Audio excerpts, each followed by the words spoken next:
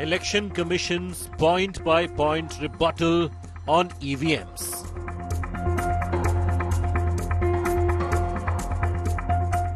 Election Commission chief responds to opposition's claims. There is no question of introducing virus or bug in the EVM. There is no question of invalid votes in the EVM. No rigging is possible. EVM hackable charge demolished. Evidence inspires confidence of the court that they are tamper-proof. What else can be said? EVMs are foolproof devices for counting. Allegations of tampering are baseless. Will opposition put EVM bashing to rest?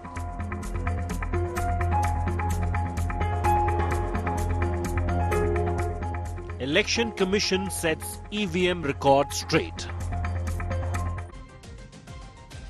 Good evening. You're watching 6 p.m. Prime here on India Today. I'm Akshata Nandagopal, and this evening we're getting you highlights from the Election Commission news briefing.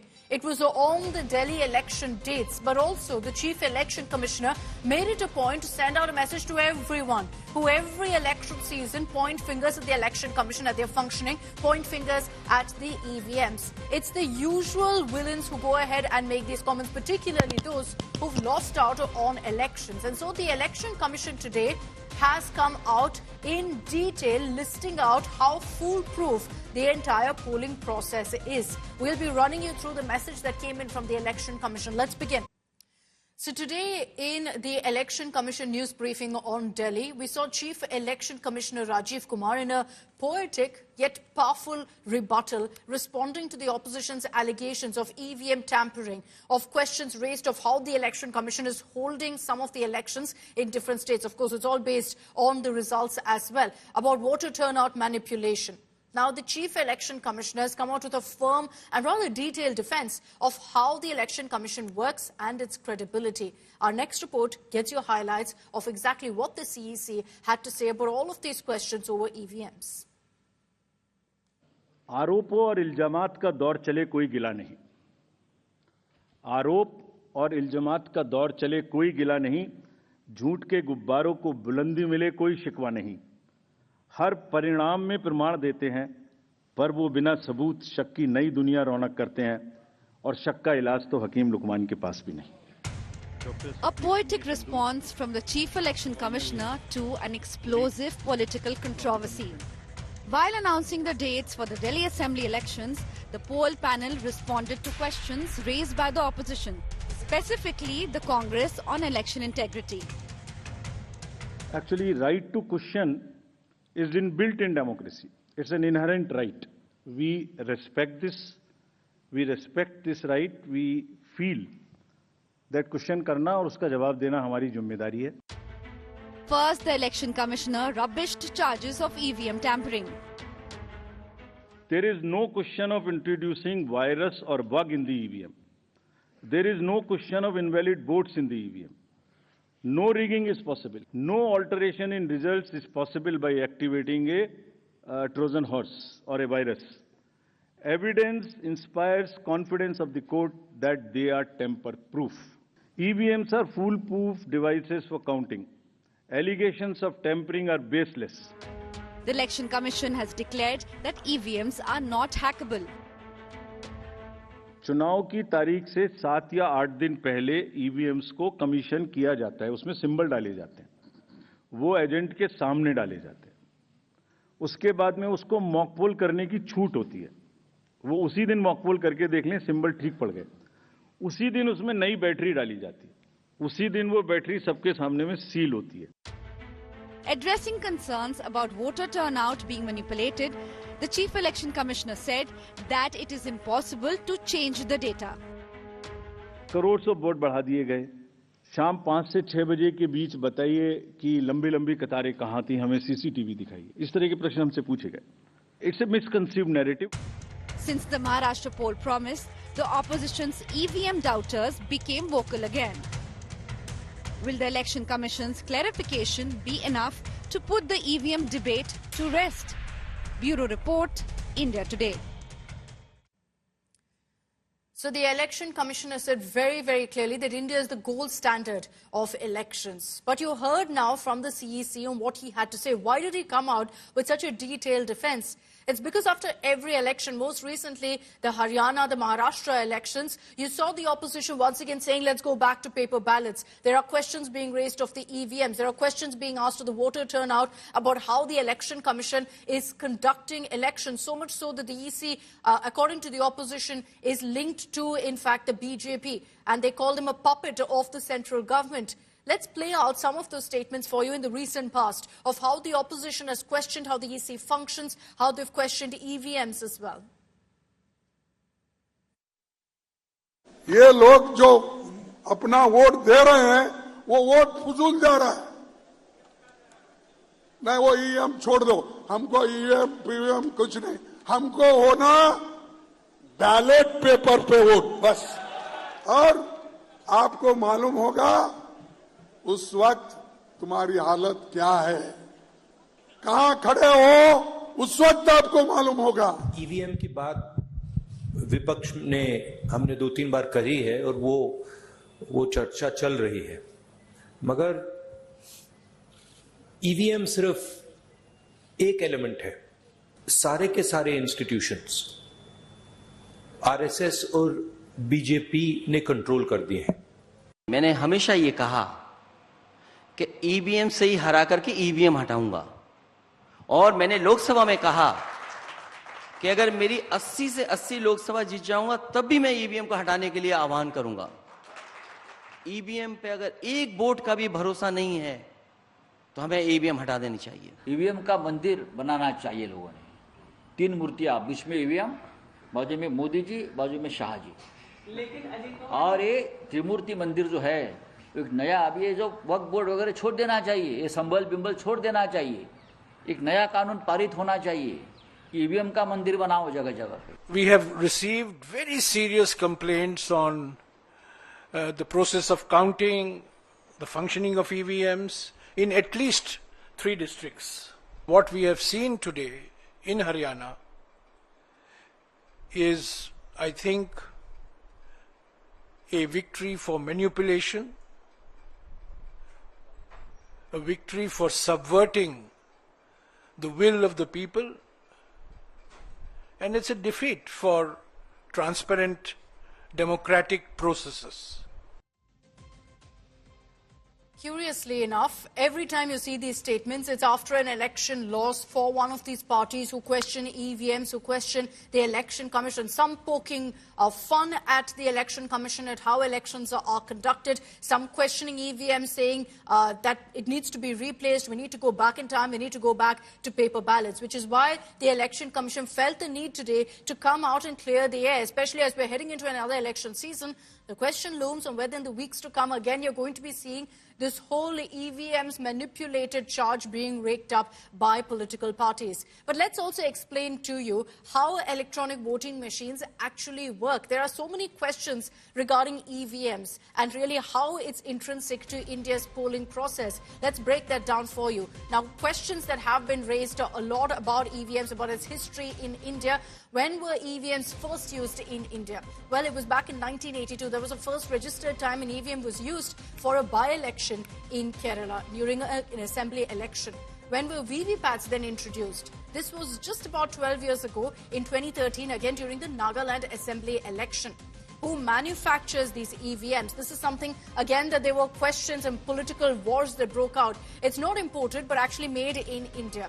Bharat Electronics and ECIL, under the EC's guidance, actually go ahead and build the EVMs and the VVPATs right here in the country. So once an EVM is brought into the system, used in elections, how long can it be used? Well, essentially, the lifespan of one of these machines is of 15 years, after which more fresh, new models are brought in and used for our elections. How many votes can an EVM actually record?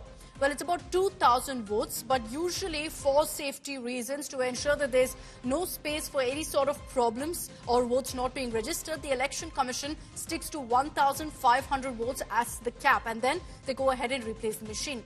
does an EVM need electricity supply? Again, there are questions about whether EVMs need electricity, and in places where there aren't, there have been questions about how it's functioning. EVMs, very clearly the EC has said, doesn't need any external power supply. Now, can voters actually cross-check their vote 100%? For any of you who've cast your vote, you know that there is very easily a method to actually cross-check who you voted for, whether that's actually indicated. It's visible for a few seconds on the screen when the VVPAT, slip is in fact being printed. So let's talk about whether EVMs can fail, like the opposition claims. Is that possible? Absolutely, yes. It's a machine. It can stop working. It can get tech glitches. But here's where we have to really clearly make out a difference. Can EVMs favor one candidate? Because that's what the opposition says. They say that when it stops working, it favors one candidate. Well, tampering or malfunction, the EC has said, is simply not possible. And that's because of several safeguards that are inbuilt in the machine. So there's no question of any possibility of hacking. There's no question of any sort of tampering of the EVM that can actually change a result, as the opposition has repeatedly alleged and claimed. So who conducts the first check of these votes? Well, it's actually interestingly done by officials of Bharat Electronics Limited, the same group that manufactures these EVMs. It's actually them who actually looks into the first check of these votes, who opens up these EVMs. It's done under the supervision also of an ECU official. Representatives of political parties are also usually involved, very much active when this happens. Now, let's explain to you how the EC has put to rest all of the speculation over EVMs, what the opposition has said versus what the Election Commission has responded. You've had multiple comments like the likes of Rahul Gandhi saying any machine with a chip can be hacked, and so therefore, so can an EVM. Now, the Election Commission has said very clearly that EVMs are unhackable. There's no question of anyone being able to hack into the system and change the result, as indicated by Rahul Gandhi. Now, Digvijay Singh of the Congress recently said that the BJP won the Lok Sabha elections in 2024 due to EVM manipulation. Now, the Election Commission has said that very clearly EVMs are foolproof devices for counting, and the Election Commission highlighted that the diverse mandate that you see in different parts of the country, or for that matter, the 2024 numbers itself indicates that polls are being held fairly, that EVMs are functioning just fine. Bhupesh Baghel, former Chhattisgarh Chief Minister, soon after the Chhattisgarh results, had said that EVMs and VVPAT units changed after polling. That one was used and then it was changed so that election results can be tweaked according to what the BJP wants. The Election Commission has said that there's no question of doing that. No alteration can actually happen in the results by activating any Trojan horse.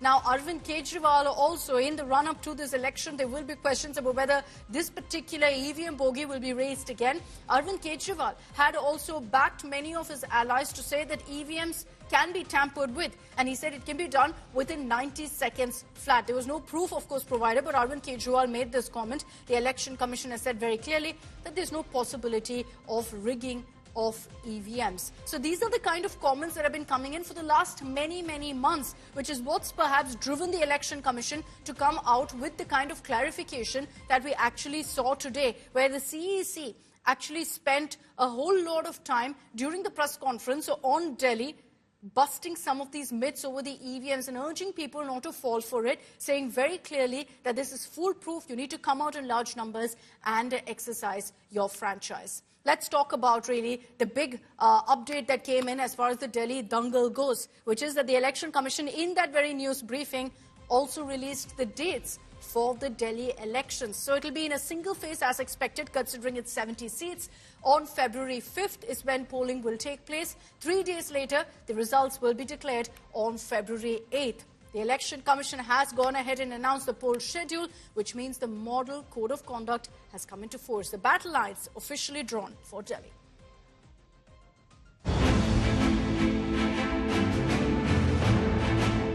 Delhi is all set for its biggest dangal.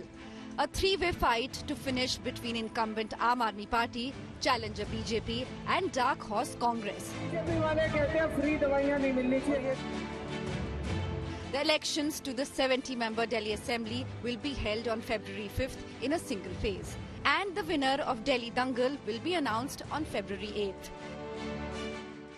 Date of poll is 5th and counting is 8th, and 5th again we have very deliberately kept Wednesday. क्योंकि हम सोचते हैं सब दिल्ली वाले vote करें, इसलिए इस बार भी महाराष्ट्र की तरह हमने इसको वेडनेसडे में रखा है. Entire election process after counting will be complete bye 10th. The poll announcement sent political temperature sky high in freezing Delhi. 8 तारीख को अरविंद केजरीवाल जी से दिल्ली के लोगों को छुटकारा मिलेगा. ये चुनाव की तारीख कहीं खाली नहीं तय हुई. दिल्ली से आम आदमी पार्टी के प्रस्थान की तारीख भी आज तय हो गई है. आपकी परेशानियां, आप जिस भी जहरीली हवाओं में, जहरीला पानी, अपराध, महंगाई, बेरोजगारी से आपको कांग्रेस मुक्ति दिलाने जा रही है. हमें भरोसा है कि दिल्ली के लोग मिल करके फिर से दिल्ली में काम करने वाली अरविंद केजरीवाल की सरकार बनाएंगे.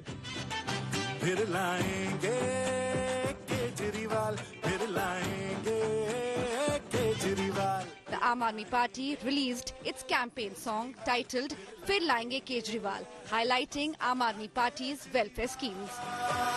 महिलाओं को सम्मान देता है दिल्ली का दिल में ख्याल. फिर लाएंगे केजरीवाल, फिर लाएंगे Kejriwal. The BJP hit back with own video invoking liquor scam, calling Kejriwal a Daruwalla और बूस्ट सेलर. शीश महल बनवाया खुद का जनता के पैसों से, झुग्गी वालों को दे दिया मकान के बदले अंगूठा. महंगी बिजली बस अब नहीं, पलटी बाजी बस अब नहीं, चैन की सांस हमें चाहिए, घोटालेबाजी अब नहीं. जनता को ठगने वालों पे प्रहार चाहिए, बहाने नहीं बदलाव चाहिए. दिल्ली में भाजपा सरकार चाहिए.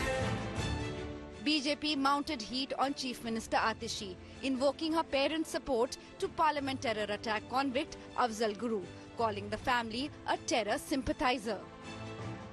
ऐसा कहेगा शिक्षक जो अफजल गुरु की फांसी ना लगे उसके लिए हस्ताक्षर करे, तो ऐसा पिता किस लिए चाहिए?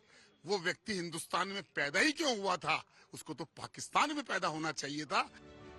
BJP's Kalkaji candidate Ramesh Biduri hit out at Atishi, calling her teary act a drama. तो ये विक्टिम कार्ड खेलने का एक नौटंकी करके घड़ियाली आंसू बहाते हैं. रात भी देखा होगा आपने कि मुख्यमंत्री जी किस प्रकार से घड़ियालू आंसू बहा रही हैं. मुख्यमंत्री जी को ये स्पष्ट करना चाहिए कि अपने पिताजी के वो जो अफजल गुरु के प्रति उन्होंने याचिका दायर की है, उस पर वो निंदा उनकी करती है, समर्थन करती है, ये क्लियर करें. वो Former Chief Minister Kejriwal hit back, calling BJP an abusive party. जो एक हमारे देश की पार्टी है, गाली गलौज पार्टी, कौन सी है?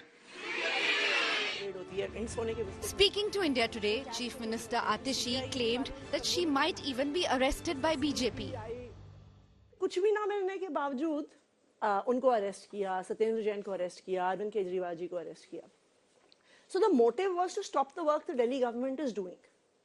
ऐसा नहीं है कि कोई पैसे की रिकवरी हुई, उनको कोई सबूत मिला, एंड फाइनली सुप्रीम कोर्ट ने एग्जैक्टली सेम चीजें कहीं भी. तो अगर आज मुझे अरेस्ट करने का प्लान है तो वो भी इसी कारण से है. Delhi now bracing for hectic electioneering for 4 weeks, which promises to be fiery. With Aishwarya Paliwal and Piyush Mishra in Delhi, Bureau Report, India Today.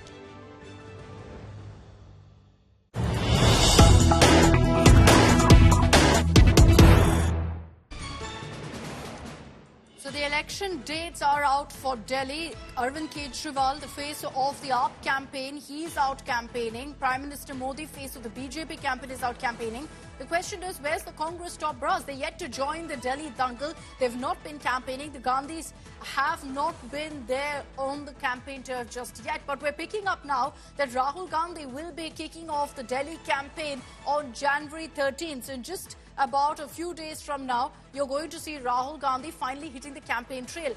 But there will be questions about why they've left it till the last minute, with just about 2 weeks at that point to go for the elections in Delhi.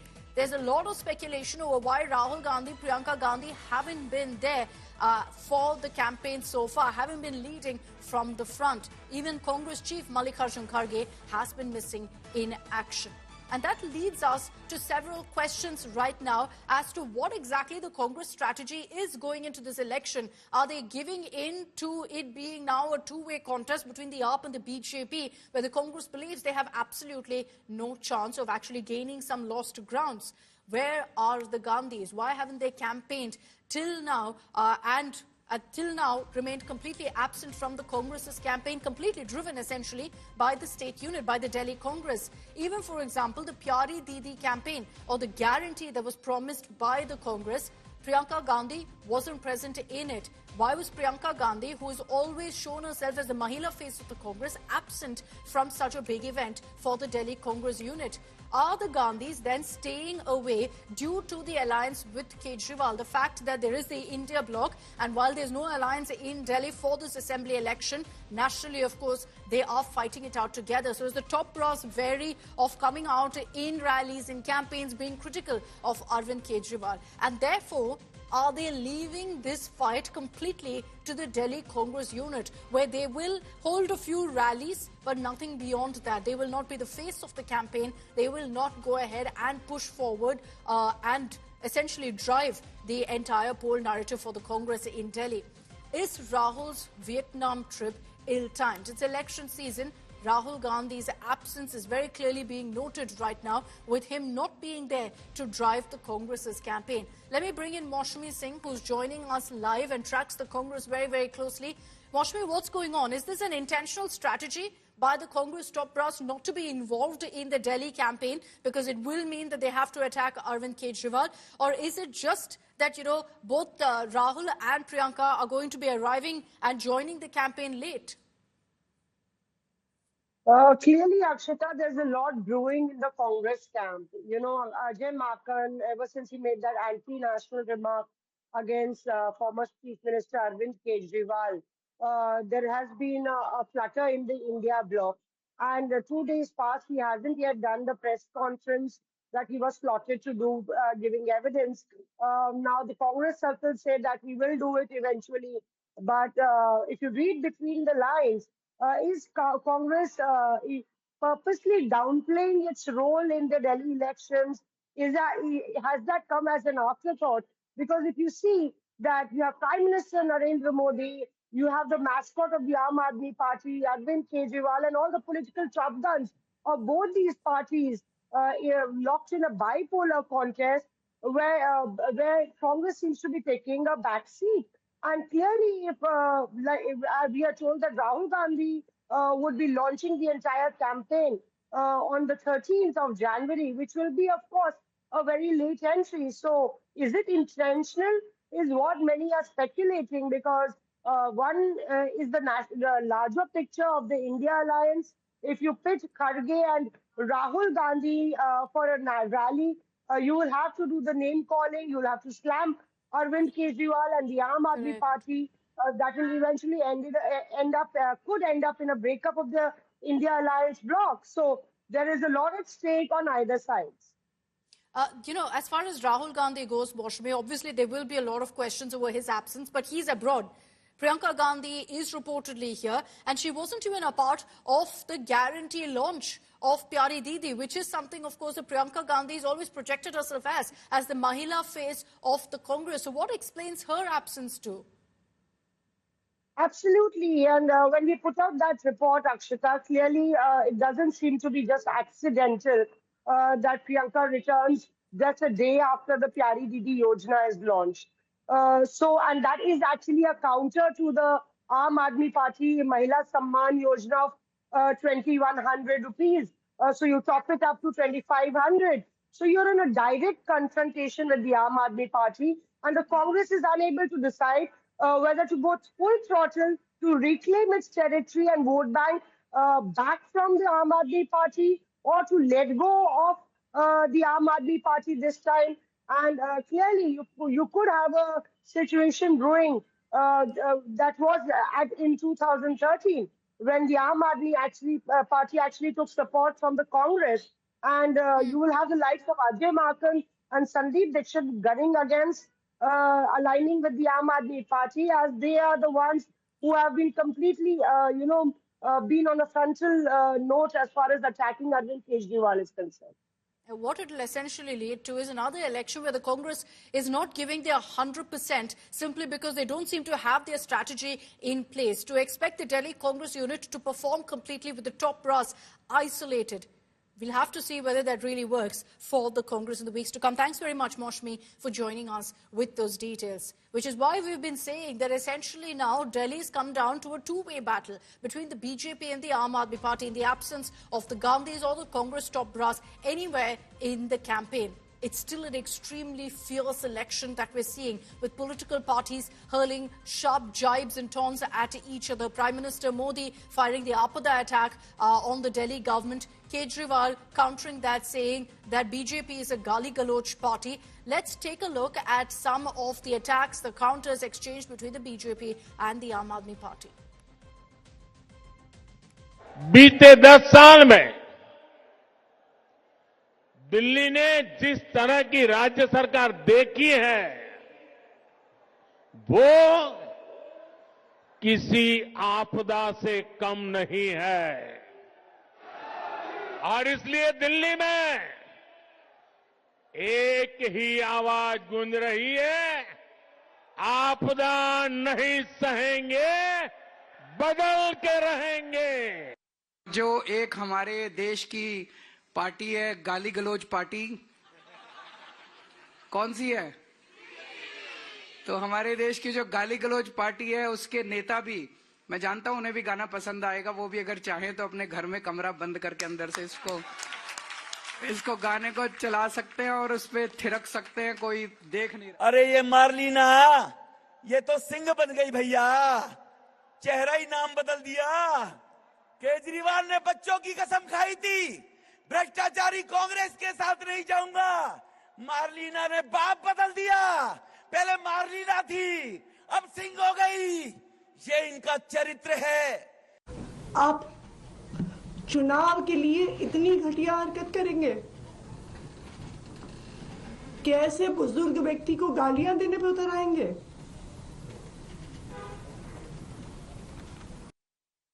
जब चोरी करोगे तो डर तो उसी को होगा ना।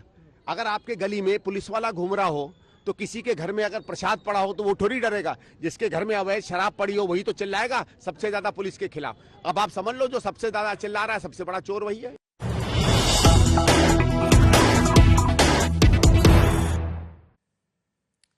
Let's cutting across to a news break that's coming in right now of superstar Ajit, referred to as Tale Ajit by his fans, being involved in a car crash during a practice session. He's known to be an avid racer, and this video has come to the fore from Dubai, where you can see the car spinning completely out of control. We understand that Ajit was driving that particular car. Reports suggest that he's doing okay, and you see in that video too that right after the crash, he gets out of the car, walks on his own to, in fact, the supplementary vehicle that's parked there. This is just before the Dubai Grand Prix, and you've got Ajit there, who's known to be involved in professional car racing, involved in this mishap, his car ramming into the side there and spinning completely out of control. But we're hearing right now that the actor is doing just fine. Let's bring in Pramod Madhav for more details on this. Pramod, we understand that Ajit has escaped unharmed in this incident. Run us through the details that we have right now of what actually happened. Well, absolutely, Akshita. As you know and as you said, Ajit Kumar is a very important star from the state of Tamil Nadu, and he is somebody who is actually equivalent to what Vijay is, and his star fan base is really wide. And a very interesting factor about Ajit Kumar is that he is into bike racing, he is into car racing, and he's also into drone flying. So he has multiple facets, and one important thing is that he recently launched his AKR, that is Ajit Kumar Racing, and this is an actual car which is a Porsche GT3 RS, and it's like we've been told it's nearly 4 crores rupees cars. So it comes with all kind of like safety measures, and Ajit Kumar is preparing for the Dubai Grand Prix. We've been told that like from 9th on it's going to be like initiated, and what happened is that as you could see in those visuals, it was actually a test run, and he was trying to go over a curb when apparently he lost control. The visual shows that this vehicle actually skid, and at one time it went and hit the curb, and this is when it made 4 spins and came to a halt. Then the rescue team went over there, and finally Ajit Kumar got out of the vehicle and he's uncased. And one of the drivers from his team, Fabian Defu, has also confirmed that Ajit Kumar is doing well, Akshita. Okay, he's doing just fine. Scary mishap, I'm sure, for him, for his fans as well. Tala Ajit is known, as Pramod told us, to be an avid racer.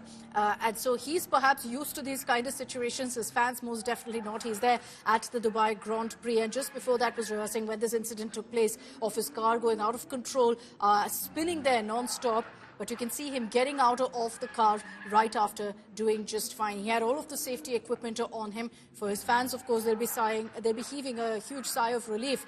He's a huge star in Tamil cinema, referred to as Tala Ajit.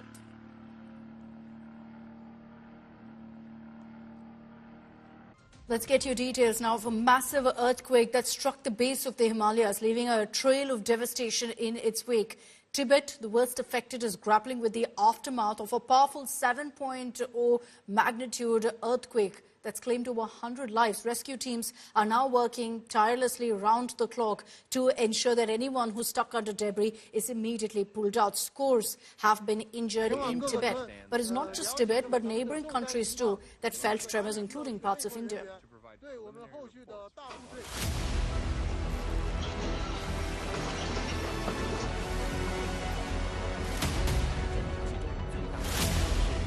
A devastating quake at the base of Himalayas, uprooting countless lives. Tibet woke up to a massive earthquake measuring 7 on the Richter scale. Over 100 people have died in the quake, the worst hit being the Shigatse region of Tibet. Videos showed the moment the quake struck with such intensity that people ran out in panic. Dingri, the closest point to Mount Everest, witnessed widespread damage and destruction as buildings came crashing down. Rescue officials raced against time to pull out locals from the debris. Just as Tibet was reeling from the quake, came the aftershocks that led to widespread panic among residents. Neighbouring Nepal also felt the impact of the quake, as Kathmandu felt strong tremors as a result of the quake. Parts of India too witnessed tremors, particularly in districts of Bihar. It will take months for the people of Tibet to reel from this tragedy, as the quake has wiped out hundreds of lives and displaced thousands. Bureau Report, India Today. And I'd like to bring in on this broadcast for a ground reporter on the current situation, Zhen Songwu, a reporter with CGTN, which is a China-based media network. He's joining us live from Lhasa. Zheng, I hope you're doing okay there. Can you tell us what's the current situation in parts of Tibet, Zheng? Well, thank you. I'm doing good. We're all doing good. Well, the national emergency response level has been raised to 2 this afternoon in response to the earthquake.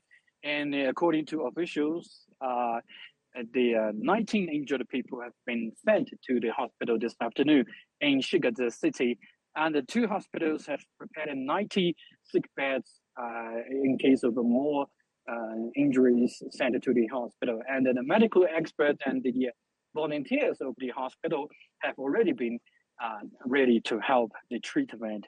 And the epicenter this time is in Cuoguo Township, which is one of the townships in Dingri County in Shigatse city. And around the township, there are 27 more villages with a population of 6,900. And also the rescue missions are still going on. The power supply was restored this afternoon in the county, and the Ministry of Emergency Management has dispatched a task force to the affected area to guide the relief efforts. And the Ministry of Finance and the Ministry of Emergency and Management also have urgently allocated 100 million yuan, which is about over $10 million to support the rescue missions and search and relocation efforts, as well as secondary disaster prevention. And medical personnel have also been dispatched to the epicenter. The Western China Hospital in southwestern China, Sichuan, which is also one of the top hospitals, has sent 6 experts, which have expertise in trauma medicine, intensive care medicine, as well as neuroscience to the epicenter to help the treatment. And the Red Cross Society of China has also sent over 4,600 relief items that include cotton tents, quilts, warm jackets, etc., to help the rescue operations. Because at the plateau, it's winter now, and it's freezing cold in the evening. And due to the special geographical conditions, the average altitude of the epicenter is about 4,200 meters above sea level. So that could also be a challenge for rescue workers. The PLA Zeng, you did tell me that the rescue operations right now are still underway. But as of now, considering that for the last many hours, officials have been on the spot, teams have been out there digging through the debris, do we have any estimate really of the number of casualties, the death toll, unfortunately, in this incident? Well, so far we haven't got a very clear evidence of the latest death toll of the casualty or the death. So, but anyway, the rescue missions are still going on. Like the PLA has, dispatched groups of more than 750 soldiers to helicopters, as well as 20 rescue vehicles to the epicenter to carry on the rescue missions. Back to you. All right. Zeng Songwu, thank you very much for joining us here on India Today. Stay safe out there. We appreciate all the work you're doing to kind of show the world what's really happening right now in Tibet. Heartbreaking, really, that this earthquake has struck and uprooted so many lives, so many families. We'll continue tracking the latest with Zeng. But let me run you through some of the images that have come to the fore that shows you the intensity of this quake. These are videos that have been shot by our eyewitnesses that show the streets of Lhasa County in Tibet's Shigatse covered in debris after the earthquake rocked the northern foothills of the Himalayas, also shaking buildings in neighboring countries.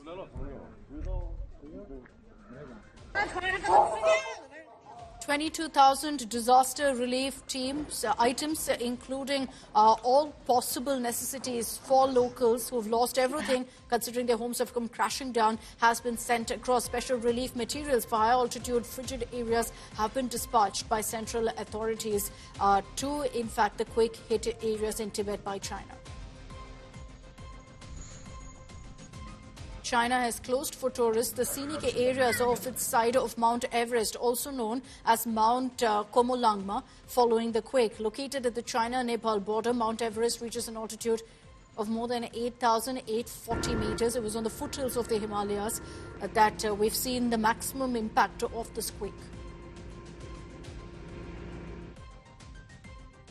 Now, the tremors also forced neighboring Nepal residents to flee to safety.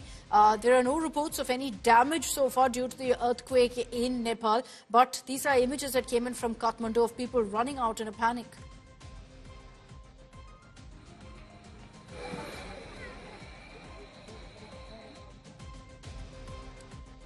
We will continue tracking very closely the relief and rescue operations that are underway in Tibet. But that's all we have time for in this edition of 6 p.m. Prime. Thanks very much for tuning in.